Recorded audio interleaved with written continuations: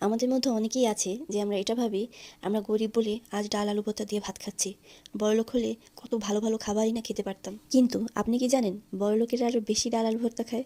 আবার একটা ভুল ধারণা আছে যে বড়লোকেরা যে রান্না করে সে রান্নাটা অনেক বেশি মজা হয়, অনেক বেশি ইয়াম্মি হয়, কিন্তু আমি গরিব বলে আজ আমার রান্নাটা মজা হচ্ছে না বা ভালো লাগছে না। তো এই সমস্ত চিন্তাভাবনা যে সমস্ত মানুষের আছে তাদেরকে শুধু একটা কথাই বলবো, আগে আপনি আপনার ধারণা থেকে বেরিয়ে আসুন। আপনি যা খাচ্ছেন মনে রাখবেন একজন বড়লোক বা ধনী ব্যক্তিও সেম জিনিসটাই খাচ্ছে। পার্থক্য শুধু একটাই, সেটা হচ্ছে পরিবেশের। আপনি যে খাবারটা খাচ্ছেন সেটা একটা নিম্নবিত্ত জায়গা থেকে, এবং সে যে খাবারটা খাচ্ছে অবশ্যই একটা স্বাস্থ্যকর এবং ভালো মানসম্মত পরিবেশে সে খাবারটা সে খাচ্ছে। আপনার কি মনে হয় এটা কি আপনা আপনি রাতারাতি হয়ে গেছে? কখনোই না। নিশ্চয়ই এর পিছনে কোনো না কোনো ব্যক্তির কঠিন গল্প আছে, যে গল্পের ফসল হিসাবে আজ তারা তাদের পরবর্তী প্রজন্ম ভালোভাবে থাকতে পারছে, ভালো মন্দ খেতে পারছে। তাই ধনীরা যে মানসম্মত পরিবেশেই থাকুক না কেন, যে ভালো খাবারটাই খাক না কেন, মনে রাখবেন একটা সময় তারা আপনার লেভেলে ছিল। তাই এটা নিয়ে কখনোই হতাশ হবেন না।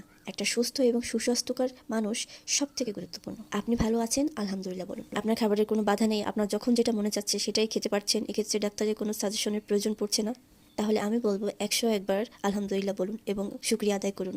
কারণ পৃথিবীতে কম সংখ্যক লোকই আছে যারা নিজেদের পছন্দের খাবারটা খেতে পারে।